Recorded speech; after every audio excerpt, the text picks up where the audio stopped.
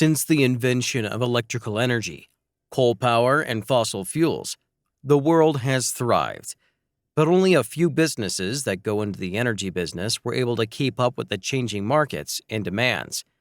Chevron is one of those companies that is standing tall after 2 centuries since its inception. Today, Chevron is the 4th largest non-government energy company with headquarters in San Ramon, California, but works actively in more than 180 countries. How did it get here? Let's find out. Chevron's origins date back to 1879. It started as Pacific Coast Oil Company to develop the Pico Canyon Oil field north of Los Angeles. 21 years later, Standard Oil bought the company, and 11 years later, in 1911, after the antitrust breakup and Standard Oil in 1911, it became the Standard Oil of California, or SoCal. During the 1930s, the company discovered oil in Behrain and Saudi Arabia during a geological survey and began its international operations. Things went on until 1985. SoCal acquired Gulf Oil and changed its name to Chevron Limited.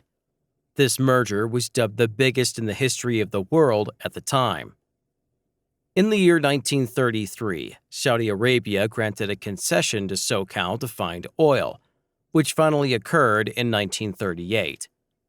Over a decade later, in 1950, SoCal discovered the largest oil field in the world in Saudi Arabia. SoCal's subsidiary, Californian Arabian Standard Oil Company, evolved over the years, becoming the Arabian American Oil Company, or Aramco, in 1944. Saudis realized the importance of oil and in 1973 started buying the company. By the 1980s, the company was completely owned by Saudi sheikhs who changed the name to Saudi Aramco. On the other hand, the Texas Fuel Company, which started out in 3 rooms of a corrugated iron building in Beaumont, Texas, in 1901, became known as the Texas Company and eventually Texaco. After the discovery of Saudi oil, Texaco and SoCal started a joint marketing enterprise named Caltax Group of companies. In 1939, while digging for Saudi oil was in progress, Caltax started operations in Louisiana and later in the Gulf of Mexico. Caltax began Canadian production in 1941 and later formed subsidiaries and affiliates in Libya, Nigeria, Spain, Indonesia, and other parts of the world. In 1961, Caltax purchased Standard Oil Company. Since the merger was the biggest in history, SoCal sold their shares in Gulf operating companies and some Gulf stations and a refinery in the eastern part of the United States to satisfy the U.S. antitrust requirements. The merger resulted in a name change, hence Chevron Corporation was born. Fast forward to June of 1998. Chevron's former natural gas and natural gas liquids business merged with NGC Group and created Dynegy. 3 years later, in 2001, Chevron Corporation acquired Texaco Corporation to form Chevron Texaco. On May 9, 2005, Chevron Texaco announced it would drop the Texaco moniker and return to the Chevron name, but keep Texaco as a brand name under Chevron Corporation. In August of 2005, Chevron diversified their operations with the acquisition of Unocal Corporation, which was the largest geothermal energy producer in Southeast Asia.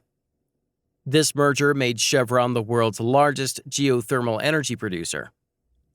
Chevron is the owner of the Standard Oil trademark in a 16-state area of the western and southeastern United States.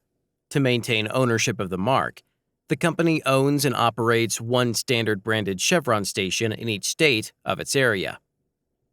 Chevron is also currently the owner of the trademark rights to Texaco-branded gasoline. Texaco fuels are now supplied by Chevron's network of wholesalers. That's not all. Chevron is the only brand of gas used for vehicle testing by brands like GM and Toyota. Today, it may not be the biggest producer in the world, but Chevron keeps its rank as the top oil producer in Kazakhstan and Thailand and the biggest crude producer in Indonesia. The company also develops and commercializes advanced and alternative energy solutions like fuel cells, photovoltaics, and batteries. Chevron is also actively investing in the research of hydrogen fuel. It invests $300 million a year in the research of biofuels and owns a biofuel business unit. Chevron's shipping venture is a wholly owned subsidiary company and handles marine transport for Chevron. Their fleet has crude oil products and gas tankers operated under Chevron Shipping.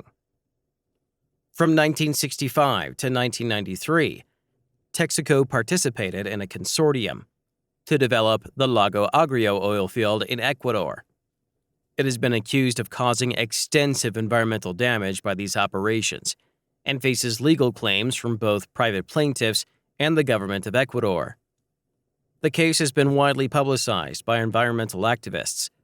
Chevron claims that it is being unfairly targeted as a deep-pocket defendant when the actual responsibility lies with the government and its national oil company. Chevron's Operation Enrichment is part of another controversy. The project houses 11 million tons of toxic waste material and has caused 304 accidents. Back in 1998, Chevron had to pay $540,000 in fines for illegally bypassing the wastewater treatments and failing to notify the public about the toxic waste they released.